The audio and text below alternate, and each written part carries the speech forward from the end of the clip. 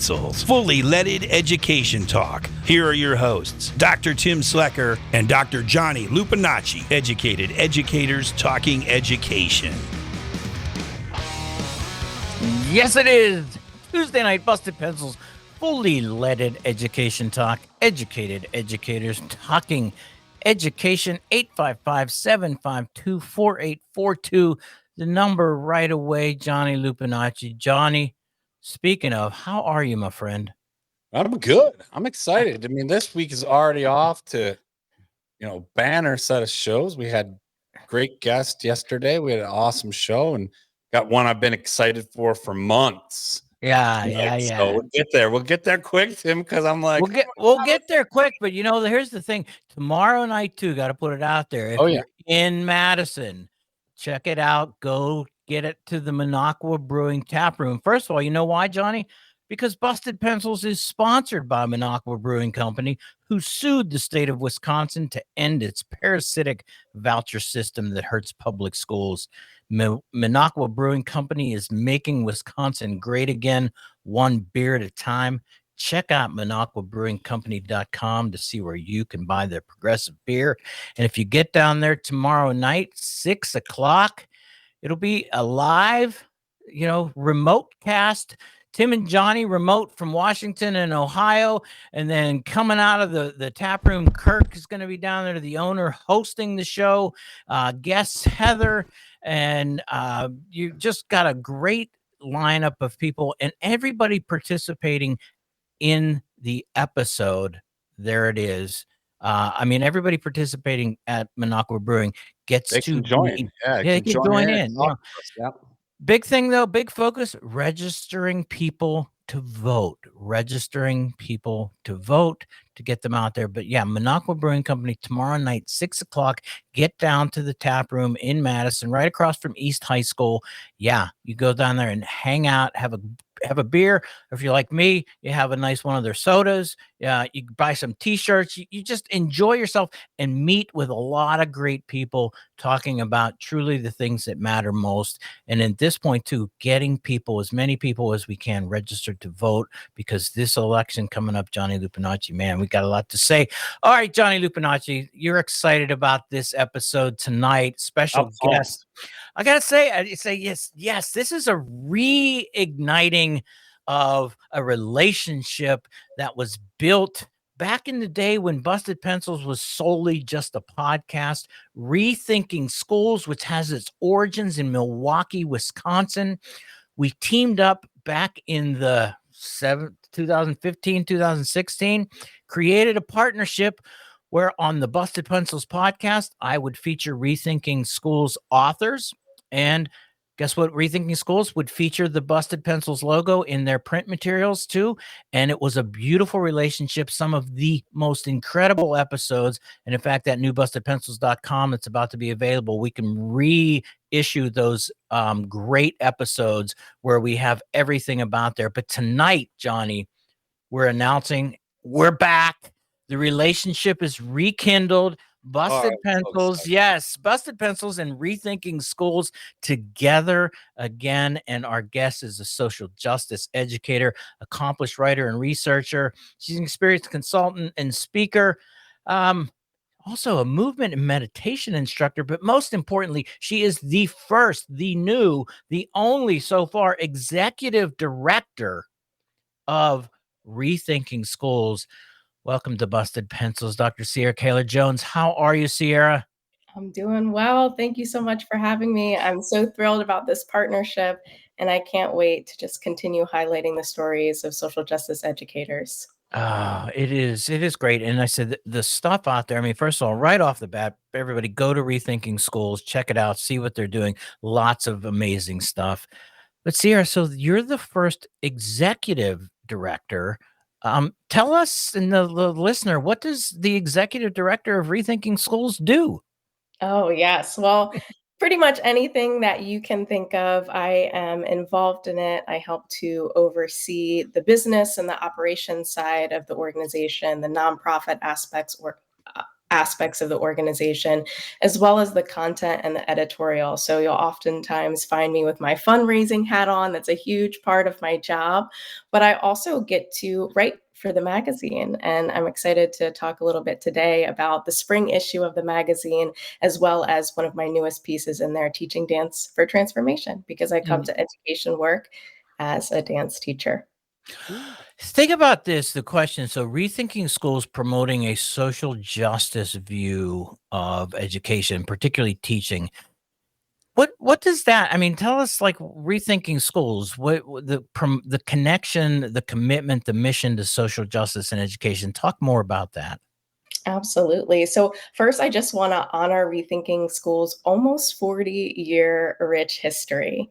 The founding editors saw a curriculum that was whitewashed and dominated by corporate textbooks, and now we're the nation's leading grassroots publisher for racial and social justice in education.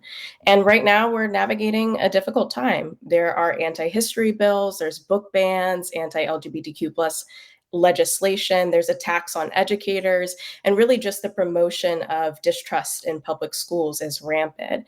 And so my vision and our collective vision at Rethinking Schools is really to encourage and to fuel grassroots efforts in schools to build a broad democratic movement for social and environmental justice. And we do this by providing resources like our books and our magazines. We have community spaces like our webinars, writing retreats, and study groups. And these all help sustain educators and remind them that they're not alone in the fight for social justice, whether that be in their communities or in their classrooms. And my vision for Rethinking Schools is that it will be every educator's go-to resource for inspiration, strategy, and community. And that one, and Johnny Lupinacci, I'm going to let you get in here because I know this is important, but just to help you, my first remembering of Rethinking Schools was the Rethinking Columbus. And Yes. so just to frame that for the listener or the teacher out there saying, the Rethinking Columbus. At this point now, people are like, oh yeah, everybody knows all these alternative sides to Columbus, but it was Rethinking Schools that really took, combined with Howard Zinn's, history of people's history of the youth, but putting together that content that allowed us to look at this Christopher Columbus figure and rethink what it means to teach students about this whole concept of discovery and what discovery might mean if you are the ones being discovered who went, we knew we were here all along.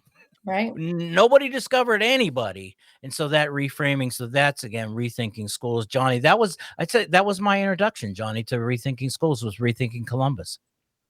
No, I can't. I mean, excellent. I went through the Rethinking Columbus stuff as a kid, like as a student. That's, I mean, not to out you, Tim, on your wisdom, but that is truly, if I was thinking about my first, encounter, like my first real moment with Rethinking Schools, I wouldn't even have recollected that because, I actually later realized, oh, this is the stuff that we learned in Detroit summer, that we were learning from social justice educators in Detroit who were active with Rethinking Schools. And I will say, like, since my day one in classroom, Rethinking Schools has been, a key part of being a math teacher, of being a social justice educator. Yes. There were so many years where, like, to be a teacher in Detroit, if you were responsible and you responded to the needs of students in our community, or you were from that community, and I was both, right? The reality was, it didn't matter what subject you were teaching, you were a social justice educator. I mean, there was just really you either had to be on the side of continuing oppression or, fighting it by any means necessary. And that meant, being an educator and asking the questions like, where can we get support on this? Because it wasn't in teacher education. It wasn't, there were little snapshots of it, but for all I can say 25 some years, that Rethinking Schools has been my go-to, not only in the curriculum that it offers, is like my own learning about each topic. So listener out there, if you're not familiar with Rethinking Schools, like as a teacher, if there's a topic, I'm like, I'm not sure I know enough about this to teach it. Rethinking Schools says, we got you, because we are teachers teaching teachers. and we are learners leading learners. So all of the professional development too, it's like forever. I'm hard crushing. I'm a big fan. But this is the thing. Every PD I was involved with as a participant in Rethinking Schools changed how I taught, because it was teachers that would demo. Get this out there, teachers. PD, where they actually demoed for us the lesson we would teach our kids. Like, we went through it and we learned so much about the topic and how to teach it together. I was like, oh, y'all need to certify teachers. That's what's up. This is the stuff. So I'm crushing hard. Sierra, thanks for bringing this back together with Busted Pencils. But folks, for listeners, like, this is stuff that's been around. It's not brand new. It's got long connection with veteran teachers, with new teachers, with activists, with social justice educators, people across diverse communities who are coming together to really make this work, make it doable. And I always got that question, like, you're a math teacher. What do you mean you teach about social justice? And it was like, oh, here's how we do it. And check it out. I'm not making this up. Like, here's all these really cool lessons that Rethinking Mathematics has. So other math teachers kind of have that entry point too. And it's really been about building a movement. So thank you, Sierra, for the work you do, for being part of that movement, and for being a leader in that movement. So excited to have you here. Thank you. And yes, absolutely. I feel the same. Being a dance teacher and infusing social justice into my lessons has really come from Rethinking Schools and learning from other educators from across content areas. There's so much that we can learn from each other and together. And I'm just so appreciative of you mentioning how our professional development, our webinars are really interactive, because we want people to be in dialogue with each other, right? We're not engaging in the banking model of education.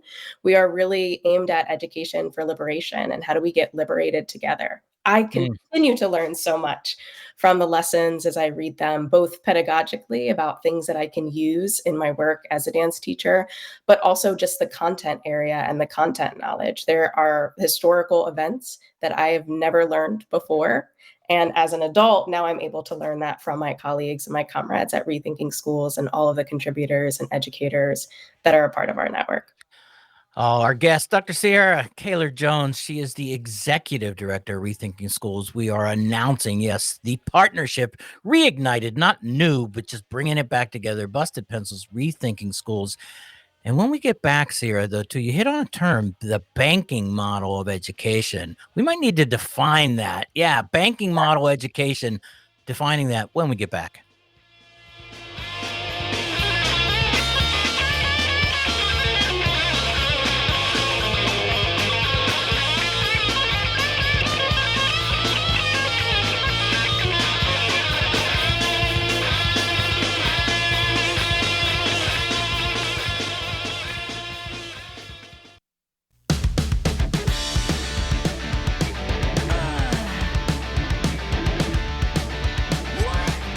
Love your music.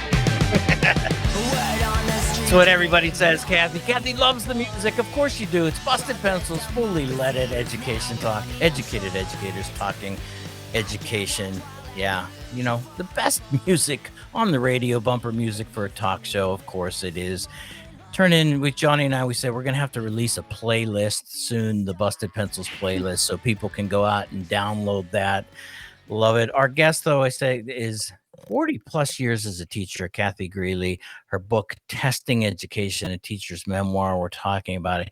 Kathy, you were talking about that joy moment. You were talking about the time, back when, you were teaching middle school social studies, language arts, getting together to put together a play. The students are directing themselves, taking ownership of their own learning, putting together the play.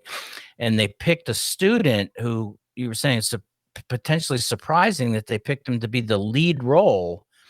And the student had a speech difficulty issue. And you were asking the students why, and they were kind of like, well, we want him. So tell us more about what happened there. So they just believed in him. I was worried. I believed in my students, and this is something that I think is very different now for teachers. Like, you have to make sure, like, we don't let students make choices anymore. But I didn't want to overrule my students unless I felt like I was going to put this young man at risk of failure, embarrassment, or something. So I talked to our speech therapist in the school, and she said, "This is awesome that they picked him, and I'm going to make sure. Yeah, I'm going to do. I don't know if he can do it, but I'm going to support him as much as possible." And the kids also said, "We don't know if he can do it, but we're going to support him as much as possible." And on the night of the performance, he gets up on his soapbox to deliver this speech. And everybody in the audience knew this kid. And he starts out and he says, "Buh, buh, buh, buh, buh," and he starts to stutter. And I'm holding my breath and I'm sitting next to the speech therapist, and she just says, "Start over again."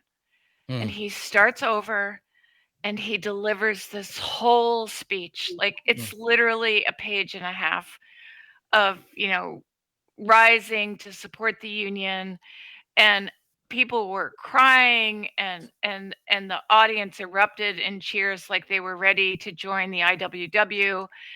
And then after the play was over, I mean, that was just such a thrilling moment. And after the play was over, I always ask my students to reflect on what they learned and how they felt about what they did, what they would do differently, all of that kind of thing. And this student wrote, I said, "How did you feel about your part in the play?" And he wrote, "I felt like a knight in shining armor and that I can do anything." And I still hold on to that. I mean, I don't know where he is now. I hope he hears this. I just saw a kind of transformation happen in him.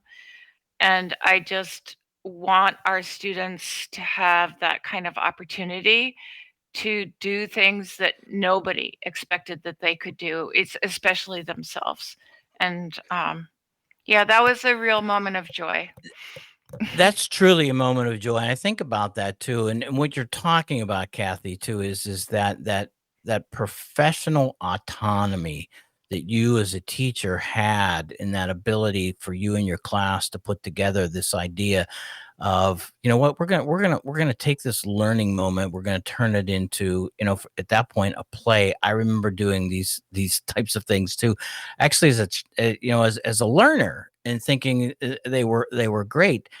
If you remember that, 855-752-4842, 855-752-4842, remembering that time when you were a student, when joy came across, and what was it that was happening? Kathy's talking about this 40 plus years, and then realizing that in that moment of empowerment, essentially, Kathy, letting the students take charge.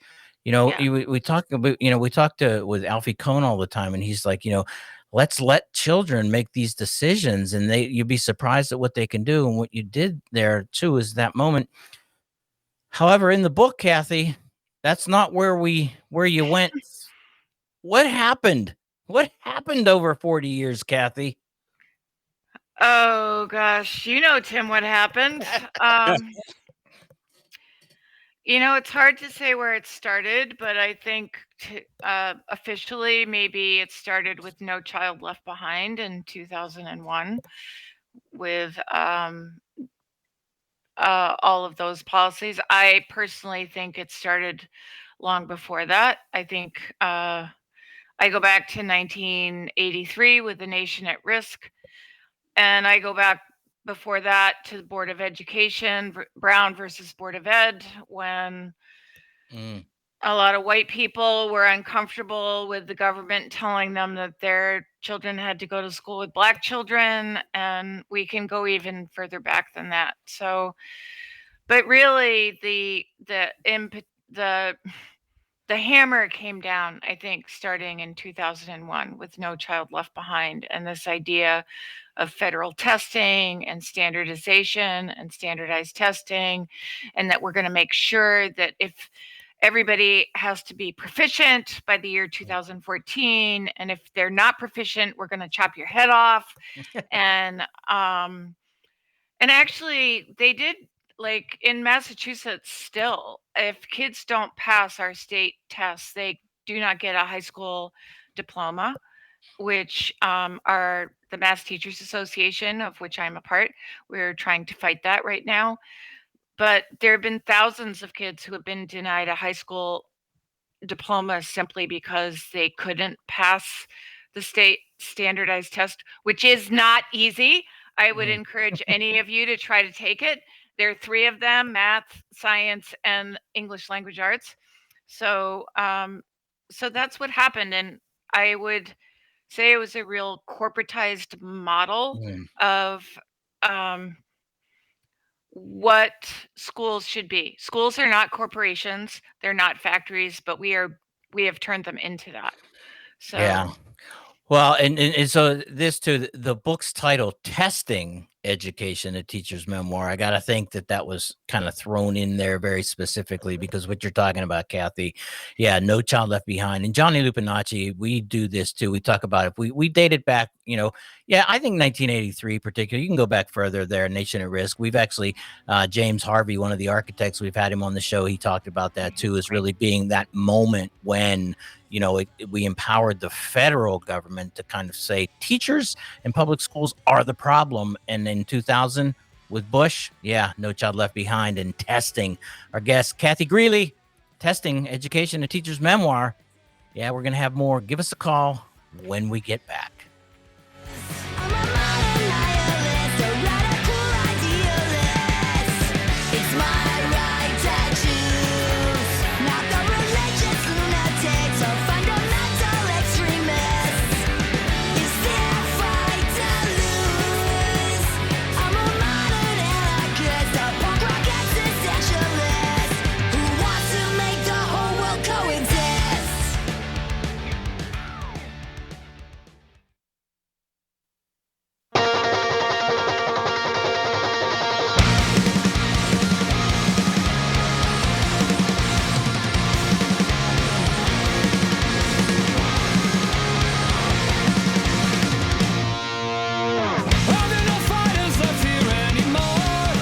Yes, there are fighters left here.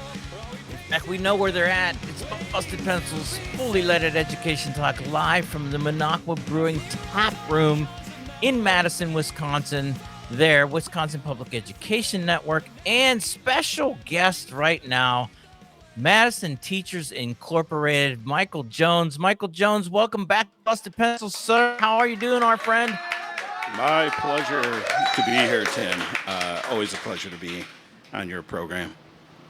Oh, so what's happening with MTI, the Madison Teachers Incorporated? I mean, come on, Mike, drop some truth on us. Tell us about the activism you guys are you're putting out there, and it's just so good to see you representing the union there and on the show tonight. Well, thank you, bro. A lot of it is nothing that I'm particularly doing, but what our union is collectively doing. And a lot of it is partnering with Wisconsin Public Education Network, partnering with other local groups. Our education justice coordinator is here at the tap room. She's working with local groups on healthier foods, or healthier food for our kids, so that they can actually be well-fed and have the nutrition because of our messed up funding at the federal and state level.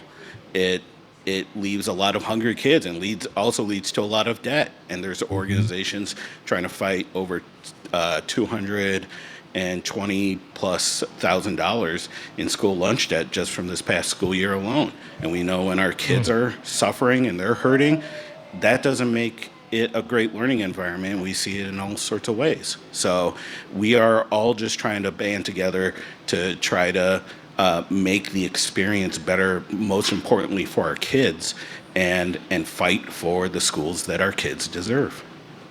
Nice. Michael Jones, Madison Teachers Incorporated, Busted Pencils, Minocqua Brewing, Wisconsin Public Education Network. Holy cow, what a team tonight. Dropping some truth, going out there, get out the registrations to vote if you're paying attention, listening on the if you're listening and you're in the Madison area, check it out. Drop down to the Minocqua Brewing tap room. Stop in, have a beer, jump on. Hey, maybe you can even jump on the show.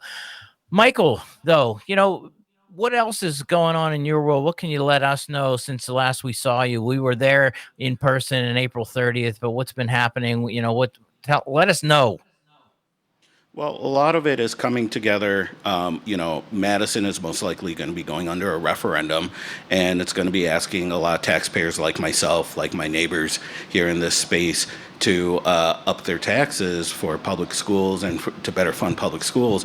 And a lot of that is by design. It's by design for decades by partisan legislatures to starve us to the point that when we ask for scraps, it comes off as asking for the moon. And it's intentionally designed to set people against educators, people against the system, neighbors against neighbors, and a free-for-all. And when we fight back, when we are effective in fighting back, and when we stay together like we do here in Madison, then they label us as radical, or they label the NEA, as the largest union in the nation, as a special interest group that's radicalized. So our goal is to really get people together, especially for the upcoming election. There's a lot of reasons to be divided in this country, in our communities, but one of the things that we all need to come together on is that we want what's best for the people that are coming after us. That's the whole reason we do education. It's the whole reason many of us are parents and caregivers. It's the whole reason why Kirk has his spot here in Darbo, Worthington. It's why people come up in the middle of a storm to show up. It's not just because the beer's great, it's because we believe in each other. And Right. we need to kind of figure out what are the differences that we are disagreeing on, what are the ones that we need to actually come together on and listen to each other. When we do these door-to-door knockings, when we do these discussions, it's not as much about us telling people what they should do, what they should vote for, who they should vote for, but it's to listen to each other on what's important, and so that we can make our democracy stronger. And it is really tough to do that, especially when you have interest groups like the Washington Republican Party talking about how they want to remove democracy explicitly from the world, because that's why they target education, is because education is one of the most democratic, for better or worse, things that we got going on as a community. It's one of our strongest parts, and so of course you want to fight it, because it takes away from your own power and your own ability to control others. And we need to come together to fight against that, so that we can have more honest conversations around the minutia and the things that really are in our hearts. But we got to take care of business first. That's awesome, Mike. Man, Mike, first and foremost, thank you for being a great teacher. And thank you for teaching all of our listeners. I know folks there are grateful to hear from you. I'm extra grateful to be here learning from and with you. Our listeners out there, this is an issue across the state, really across the country, right? Dr. Julie Underwood shared that in the beginning. This is something that we keep coming back to, is that this is important, whether you're rural, whether you're urban, whether you're local to the Minocqua Brewing Company, or you're in Madison, wherever you are. Mike, you just dropped mad truth, right? That's for double reasons. Madison, mad truth, but also mad truth, just how the kids would say, man, you are teaching here how and why public education is so important for all of us, and reminding us to listen. Like, I want to listen to you more, and I want our listeners to keep benefiting from this wisdom that you're sharing. For you, and you're on the ground, you're working with teachers, you're working in the community, you're listening to people, and you brought up justice. I think this is so important, because it's not only a core democratic value, but it's part of what we are all working for when we say we're partnering. We're partnering for a better, stronger democracy, for justice, for our children and our children's children, for those future generations. Mike, what are the top things right now you see, as needs in schools? Like, what are some of the things that are like on the ground in threat? You brought up food. but what are some of the other things that are matter of justice for your students? I think, when I speak to students, when I speak to the people that work with them, it's all about down to one word, and that's safety.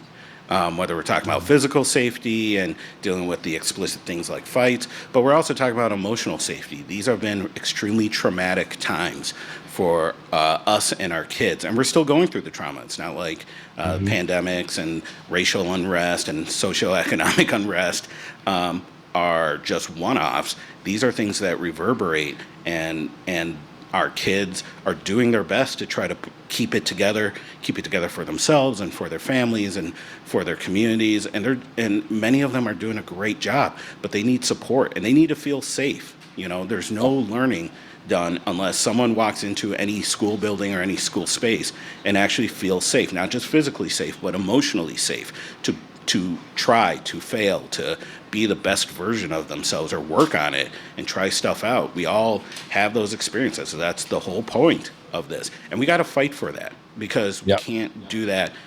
It can't be prescribed by a corporation or by a top-down approach. It has to be collective, and then we have to listen to it. And that's why we need to really come together, especially when it comes to things like the election, because we can't get to the safety piece unless we get to the community piece, the election piece, and we need to model that for our kids, because our kids see it. They see elections. They also see January 6th. They also see all sorts of unrest and not just incivility, but violence being foisted upon them. And we need to hold that, and we need to own it, and we need to do better.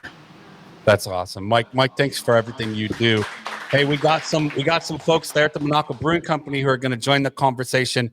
Kirk, we're going to come to you in just a second, but real quick, I got to say, folks, for listeners all across the state, you know what's going on. Civic Media's Scotty Summer Text to Win giveaway is on. Download the Civic Media app and listen throughout the day for codes announced at the top of odd-numbered hours. That's 7, 9, and 11 a.m., 1, 3, and 5, and 7 p.m. to text in for your chance to win. Stay tuned to hear all the next codes from our man Pete Schwaba at the top of the next hour. That's 7 p.m. Prizes include Wisconsin Dells prize packs each giveaway hour and a pair of Milwaukee Brewers club level tickets each day.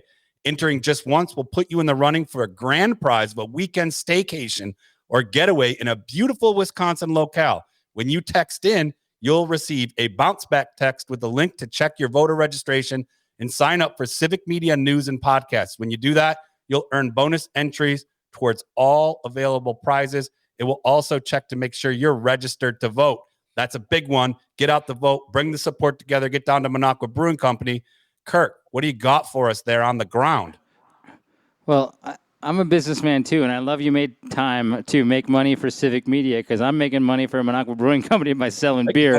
And it's great that there is the private enterprise that's helping to save public schools as well. So I'll make all the time in the world for the spiels that you got, my friend. Thank you. The one question I have for you, Michael, is that we just talked about what the Democratic Party is doing to recruit volunteers, in not only throughout the state of Wisconsin, but especially in this one would say potentially depressed neighborhood in Madison that's got lower voter turnout than others. And if we got 89 voter turnout in Dane County, and most of us are Democrats, it's pretty amazing. So. What are you guys doing as a union? Do you have a couple bullet points about throughout the summer or in the fall that the teachers that might be listening to this broadcast who are part of the union might be able to sign up, or who to call, and how do they get involved? That's a great question, Kirk. I think there's two ways of going about it. One, both Madison Teachers Incorporated and WEAC, the Wisconsin Education Association Council, are doing battleground organizing, hiring and empowering teachers to go door to door and staff to go door to door in their neighborhoods, in the neighborhoods that they serve, to knock on doors, because one of the reasons why people have a hard time with door knocking and stuff is that there's no pre-existing relationship. But if your local nurse, if your local teacher's assistant is knocking on the door and just wants to talk to you about having a voting plan, that's really different than a paid operative from DC. And that's part of it. Also, it's just a lot of it is also not just the organized stuff or the things, the events, but it's about kind of like what you said, Kirk, before about having space to actually just have soft conversations. And what I mean by that is asking people if they have a voting plan and did they put it in their calendar on their phone. A lot of times people just forget, and it's not political. It's just because we're all busy, we're all very overwhelmed, we're super stressed. So it's like, what's your voting plan? Do you know you're registered?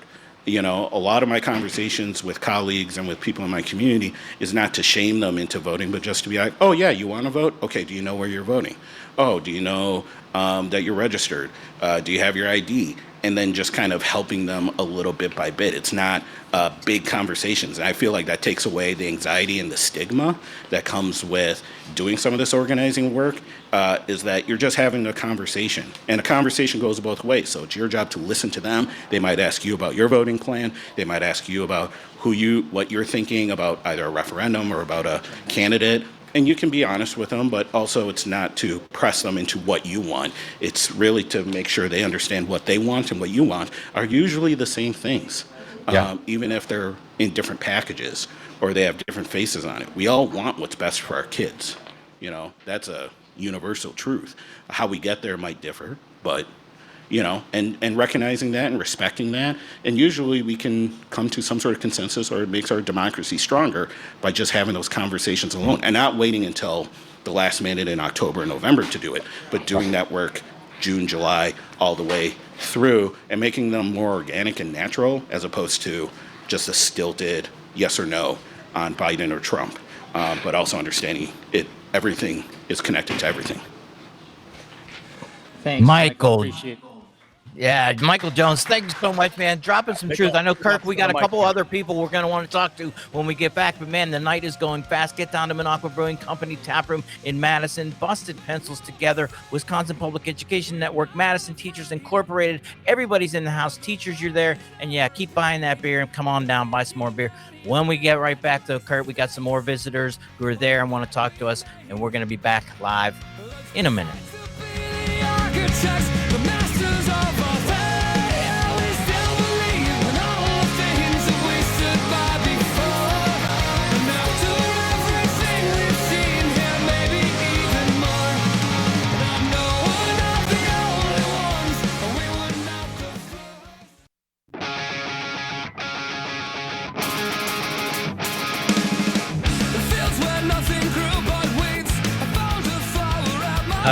Listen to that.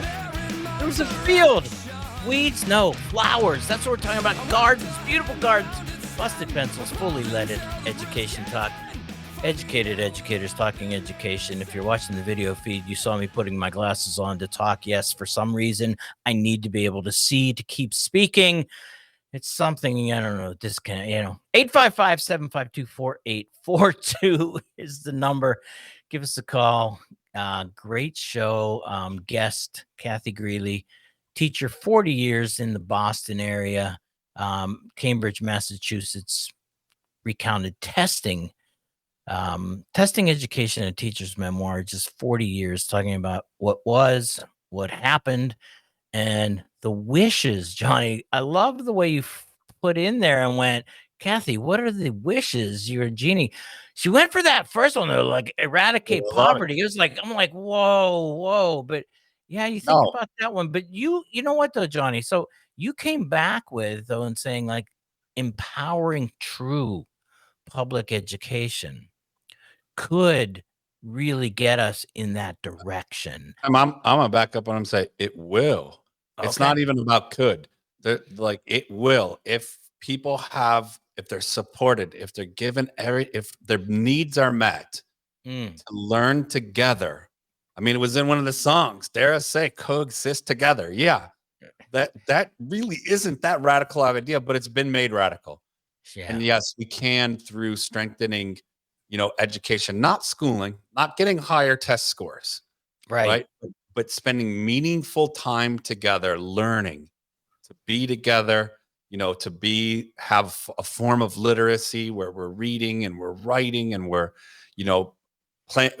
producing plays together. We're making music, all kinds of different things. It's not just one model of what it looks like, but yeah, a strong public education system, is, an insurance, and it is an investment in, eradicating poverty. Again, there's some systemic stuff that has to happen, but it would be there. It would be in place. It can be the equalizer, as it's often purported to be, but not structured to have that end goal. Not right? structured, but like you're saying, though, the vision of what's possible. And see, for me, when we talk about this is exactly why the attack on public schools has nothing to do with test scores, low test scores, inadequacy. The reality is that the attack is an attack on a realization that if truly an educated public through public schools really was the goal of what we were doing as a society, you would really eliminate a lot of the issues dealing with inequities. And you know what? Getting rid of inequities, man, guess what? Some people do not want to do that, Jess. I could see you looking at it like going like, I'm sorry, but there are people that truly do not want to get rid of the inequities and see public schools truly as, one of the potential solutions. And so let's attack them, because actual structural inequities keep me in power if I'm one of those people who go against that. And you sit there and go, really, Tim, that's what's behind the attack on public schools? Yeah, Jess, what do you think? Yeah, I got a loud face. Sorry about that. No, it's true. If we actually have a fully educated public, if we have a public who is informed about all of these issues, who can actually take meaningful action, well, that reduces the power that a small number of people do have. Whether you're comfortable with the idea or not, there is a power imbalance in this country, in this world, and public education in many ways serves to lessen that divide. Johnny. Yeah, I mean, so we're all on the same page here. It resonates. However, we're not there yet, and there's a lot of work to be done. And that doesn't mean, when we say all this too, that we're saying, "Hey, teacher, listener out there, you better kick it into overdrive because this one's on you." It's something that's part of our responsibilities. Every single one of us. It is a responsibility of all people to be civically engaged, and part of being civically engaged is understanding the importance of our education system. We can only be as strong as we are there for one another, and that we understand what we need and what others need, and that we can do that together. We talked a lot about a couple weeks ago, and into last week, we were talking about effing with our feels. Right. Well, I'll add on to that. Part of the big myth is you don't have to F people over to survive. And so that's a big shift. So how can our schools be more around our coexisting, our learning to listen to one another, to learn from and with one another, and have that work? And I loved having Kathy on tonight. What a great, anytime a teacher can share their story with us, but also teach us, right? We're learners leading learners. We're always all learners. Educators talking education, right? Learners leading learners. Listener out there, we love that you tune in, that you listen, and that you participate as well. So, Tim, it's a pretty good Monday. If you're asking me, we're off to a banner start this week. Yeah, we are. And you know what, too? Getting ready. Yeah. Tomorrow, Rethinking Schools, special editor, executive editor. Yep. And then Wednesday, Johnny. Too, yeah. Wednesday, we're going to be having we're going to have one of our shows. You can participate at the show live with, hosted at the Minocqua Brewing Company, who sponsors Busted Pencils, and that you can check out not only Minocqua Brewing Company in person, be there Wednesday, have a brew with the crew and talk to Tim and Johnny. We're going to be on with you. You can just participate by being there, right? So our buddy Kirk there will be like the MC. And you can come through and participate in that show. Hey, little reminder, listener, stay on for my man Pete Schwaba, because they're going to do a Scotty Summer at the top of the hour. So you got to stay on that business. Be a winner of a Scotty Summer. Listen to Pete Schwaba's show coming up next, and catch that keyword to text in, in the 7 p.m. hour. Man, yeah, great gifts, great giveaways, and download that Civic Media app while you're out there too. That makes things easy when you have the Civic Media app. It's Tim and Johnny, Busted Pencils, fully leaded education talk on a Monday. Yeah, we're in here 855-752-4842. Coming up really close. Not going to have a whole lot of time for anybody else, but just get that number out there. You can give us a call tomorrow for the show. Rethinking Schools, a landmark out of Milwaukee. Yeah, we're going to be talking Rethinking Schools tomorrow. The editor, Sierra Caller Jones, is going to be on. And man, we have got a great show planned. So Busted Pencils, fully leaded education talk. See y'all tomorrow. Yeah, yep.